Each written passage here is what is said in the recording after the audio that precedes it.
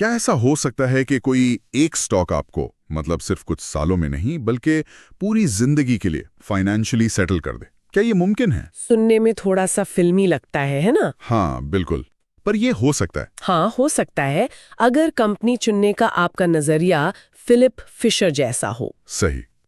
उनकी वो कमाल की किताब है common stocks and uncommon profits. आज हम उसी सोच को, उस नजरिए को समझने की कोशिश करेंगे। बिल्कुल, वो नजरिया जो आम निवेशकों को उनसे अलग करता है जो बाजार से असाधारण मुनाफा कमाते हैं। सोचिए, एक ऐसा इन्वेस्टर, शायद उतने फेमस नहीं, पर जिनके आइडियाज ने वॉरेन बफेट जैसों को भी मतलब गहराई से प्रभावित किया, वो थे फिलिप फिशर। और उनकी खासियत ये थी कि वो सिर्फ नंबर्स के पीछे नहीं भागते थे। हाँ, उनकी किताब बिजनेस को असल में समझने की कला सिखाती है, मतलब उसकी आत्मा को परखना। बिल्कुल। फिशर का एक बहुत ही अहम विचार है। वो कहते थे कि great companies don't just grow, they keep compounding for decades. मतलब कि महान कंपनियां सिर्फ कुछ साल अच्छा नहीं करती, वो दशकों तक चक्रवर्ती दर से बढ़ती रहती हैं, कंपाउंड होती रहती हैं। और निवेशक की दौलत भी फिर उसी हिसाब से बढ़ती है। एग्जैक्टली। तो आज हमारी इस बातचीत का, इस चर्चा का मकसद यही है कि ऐसी कंपनियों को पहचाने कैसे और उनमें टिके कैसे रहें। राइट। तो आज हम फिलिप फिशर के 3 खास आइडियाज पर गहराई से बात करेंगे। हाँ। एक तो उनकी वो स्कटल बट मेथड। हाँ। दूसरी उनकी वो फेमस 15 पॉइंट चेकलिस्ट। बिल्कुल। और तीसरा, जो शायद सबसे जरूरी है, क्वालिटी स्टॉक्स को जल्दी ना बेचना। सही कहा। ये सारे आइडियाज उनकी किताब common stocks and uncommon profit से ही हैं। हाँ, तो हमारा मिशन है इन प्रिंसिपल्स की तह तक जाना और ये समझना कि ये लॉन्ग टर्म वेल्थ क्रिएशन के लिए आज भी इतने रिलेवेंट क्यों हैं। बिल्कुल, चलिए शुरू करते हैं। ओके, तो पहला सिद्धांत, स्कटल बट मेथड। ये शब्द ही थोड़ा अजीब है। इसका असल मतलब क्या है और ये नॉर्मल एनालिसिस से अलग कैसे है? हाँ, ये बिल्कुल अलग है। देखिए, जो ट्रेडिशनल एनालिसिस होता है ना, वो ज्यादातर कंपनी की पब्लिश्ड रिपोर्ट्स देखता है, बैलेंस शीट, पीएनएल। हाँ, जो सब देखते हैं। हाँ, जो सबके पास है। लेकिन स्कटलबट कहता है कि असली कहानी इन कागजों के बाहर है। अच्छा। मतलब कंपनी को सिर्फ उसकी फाइनेंशियल हेल्थ से मत समझो, उसके पूरे इकोसिस्टम को समझो।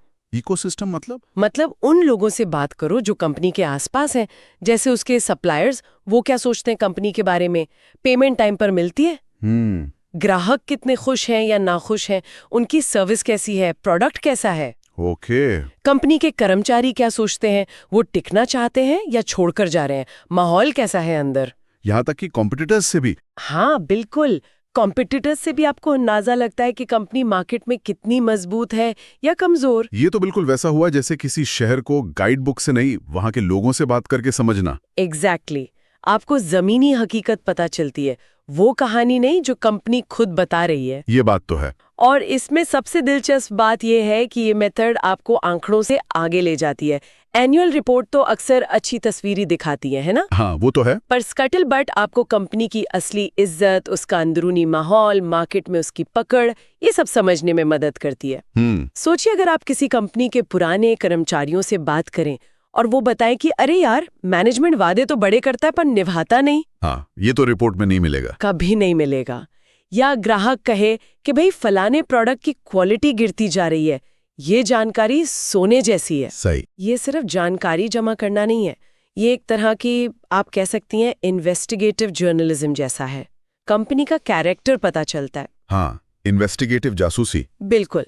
फिशर मानते थे कि यही वो एज है, वो बढ़त है जो एक निवेशक को दूसरों से आगे रखती है। लेकिन एक सवाल है, आज की दुनिया में इतनी तेज रफ्तार है, इंफॉर्मेशन इतनी आसानी से मिल जाती है, क्या ये तरीका आज भी उतना ही प्रैक्टिकल है?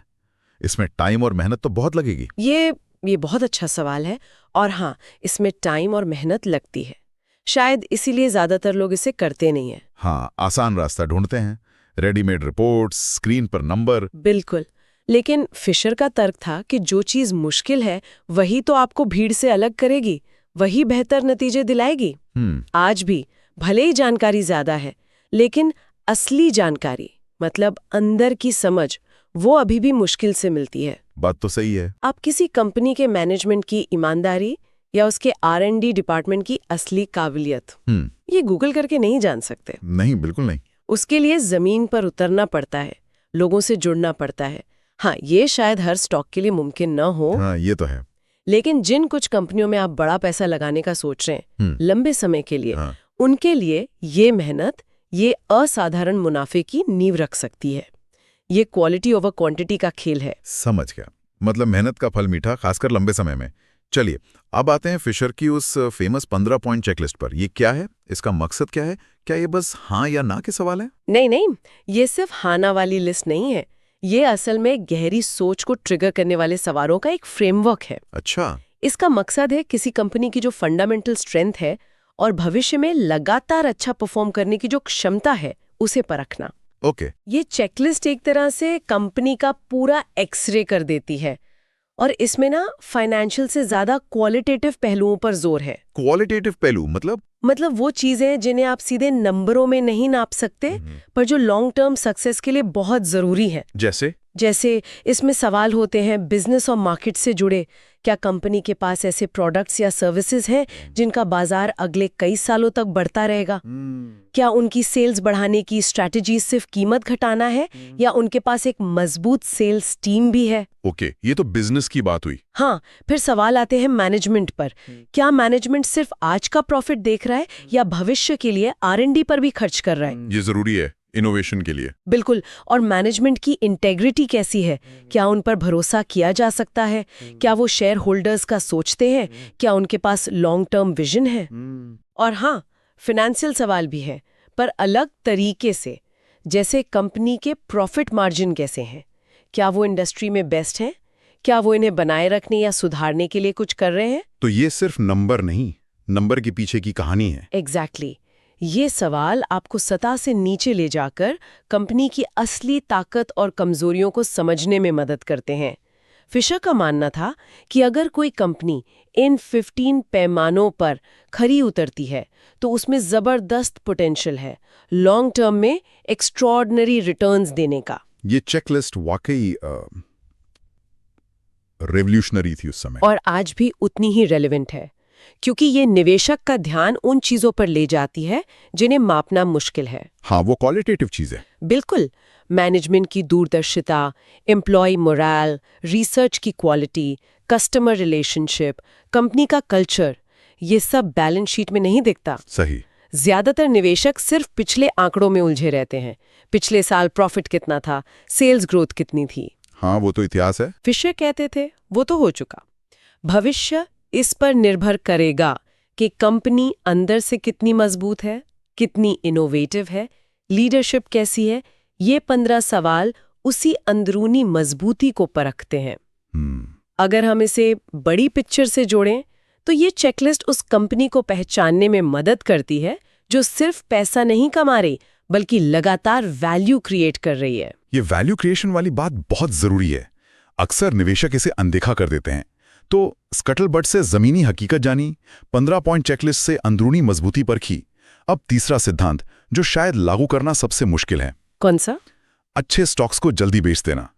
हम में से कई लोग ये गलती करते हैं ना। ओहो, बहुत ज्यादा। ये बहुत ही आम गलती है। इस पर फिशर का क्या कहना था? वो इस मामले में बिल्कुल क्लियर थे। उनका एक फेमस कोट है, if you found a wonderful business, hold it as long as it stays wonderful. अच्छा, मतलब अगर एक बेहतरीन बिजनेस मिल गया है तो उसे तब तक रखो जब तक वो बेहतरीन बना रहता है। बिल्कुल। बाजार थोड़ा ऊपर गया, 20-30% मुनाफा दिखा और लोग डर के मारे या लालच में बेच देते हैं कि कहीं ये मुनाफा चला न जाए। होता है ऐसा। या फिर बाजार गिरता है तो डर के मारे अच्छी कंपनियों को भी नुकसान में बेच देते हैं। फिशर कहते थे ये इमोशंस आपके दुश्मन हैं। उनका जोर बिजनेस पर था, शेयर प्राइस पर नहीं। अगर आपने अपना होमवर्क ठीक से किया है, स्कटलबट चेकलिस्ट, हाँ, और कंपनी के फंडामेंटल्स मजबूत हैं, उसकी कमाई की क्षमता, मैनेजमेंट की क्वालिटी, ग्रोथ की संभावनाएं, ये सब ठीक है, तो बाजार के रोज के शोर को इग्नोर करना सीखो। ये शोर शब्द बड़ा सही है। बिल्कुल। शॉर्ट टर्म मार्केट नॉइज, इससे घबराकर बेचने की जल्दी मत करो। लेकिन कब तक होल्ड करें, ये कैसे पता चलेगा? उसका जवाब भी उनके कोट में ही है, as long as it stays wonderful. अच्छा, मतलब जब तक वो बेहतरीन है। हाँ, इसका मतलब है कि आपको लगातार कंपनी पर नजर रखनी होगी। क्या वो अभी अपनी इंडस्ट्री में लीडर है, मैनेजमेंट अभी भरोसेमंद है? क्या वो इनोवेशन कर रही है? अगर इन सवालों के जवाब हाँ है तो होल्ड करो। और अगर नहीं? अगर कंपनी के फंडामेंटल्स बिगड़ने लगे, मैनेजमेंट बदल जाए और नई टीम ठीक न लगे, या आपने जिस वजह से शेयर खरीदा था वो वजह ही खत्म हो जाए, तब बेचने का सही समय है। ओके।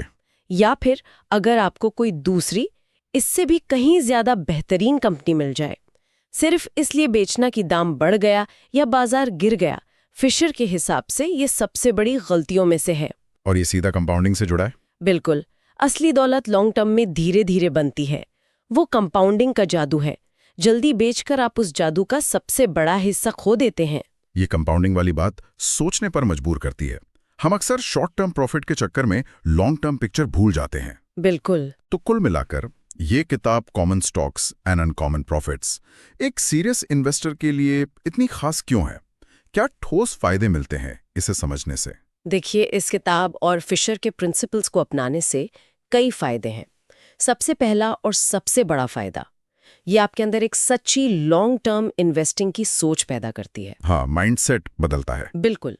आप रोज रोज के प्राइस उतार चढ़ाव से परेशान होना छोड़ देते हैं, बिजनेस पर फोकस करते हैं। दूसरा, ये आपको वो नजर और वो तरीके सिखाती है जिनसे आप वाकई में मल्टी बैगर स्टॉक्स ढूंढ सकते हैं। ये तुक्का नहीं रहता, एक प्रोसेस बन जाता है। तीसरा, ये आपको बाजार के शोर से बचाती है। टीवी टिप्स, अखबारों की हेडलाइंस, दोस्तों की सलाहें, अफवाहें, इन सब से ऊपर उठकर अपनी रिसर्च पर भरोसा करना सिखाती है। ये बहुत जरूरी है, मानसिक शांति के लिए भी। हाँ, और चौथा, सबसे जरूरी, ये सिखाती है कि कैसे धैर्य से एक अच्छी कंपनियों का पोर्टफोलियो बनाकर उसे सालों बल्कि दशकों तक होल्ड करना है। तो ये ट्रेडर्स के लिए नहीं है? नहीं, बिल्कुल नहीं। ये उन निवेशकों के लिए है जो धैर्य के साथ वेल्थ क्रिएट करना चाहते हैं, सच्चे वेल्थ क्रिएटर्स। सही कहा। ये फिलॉसफी असल में धैर्य, अनुशासन और गहरी समझ मांगती है। ये कोई गेट रिच क्विक स्कीम नहीं है। इसका पूरा फोकस शेयर प्राइस के उतार चढ़ाव से हटाकर बिजनेस की असली कीमत और भविष्य की संभावनाओं पर होता है। ये एक तरह की पार्टनरशिप हो गई कंपनी के साथ। बिल्कुल सही कहा। आप सिर्फ एक शेयर नहीं खरीद रहे हैं, आप उस कंपनी के भविष्य में हिस्सेदार बन रहे हैं। इसीलिए उसे गहराई से जानना, उस पर भरोसा करना और मुश्किल समय में भी उसका साथ निभाना जरूरी हो जाता है, बशर्ते कि वो कंपनी अपनी क्वालिटी बनाए रखे। ये सिर्फ खरीदना बेचना नहीं, एक कमिटमेंट है। बिल्कुल। तो आज की चर्चा को अगर समेटें, हमने फिलिप फिशर के इन्वेस्टिंग फलसफे के कुछ बहुत ही महत्वपूर्ण पहलुओं को समझा। हाँ। पहला, स्कटलबट मेथड, मतलब कागजों से आगे जाकर लोगों से बात करके जमीनी हकीकत जानना। दूसरा, उनकी 15 पॉइंट चेकलिस्ट, जो सिर्फ नंबर्स नहीं बल्कि मैनेजमेंट क्वालिटी, फ्यूचर प्लान्स जैसे गुणात्मक पहलुओं पर जोर देती है। बिल्कुल। और तीसरा, जो शायद सबसे ज्यादा अनुशासन मांगता है, एक बेहतरीन कंपनी ढूंढने के बाद उसे मार्केट के उतार चढ़ाव के बावजूद लंबे समय तक होल्ड करना, ताकि कंपाउंडिंग का पूरा फायदा मिल सके। हाँ, कंपाउंडिंग का जादू। पर यहाँ एक सवाल है सोचने के लिए। बताइए। फिशर के रास्ते पे चलकर मेहनत करके एक शानदार कंपनी ढूंढ लेना, ये वाकई एक बड़ी जीत है, पर शायद असली चुनौती उसके बाद शुरू होती है। कैसे? देखिए, बाजार गिरेगा, इकोनॉमी में स्लो डाउन आएगा, कंपनी के बारे में नेगेटिव खबरें आएंगी, कंपटीशन बढ़ेगा, ऐसा माहौल तो आएगा ही। हाँ, वो तो होता ही है। ऐसे में क्या एक निवेशक अपने एनालिसिस पर भरोसा रख पाएगा?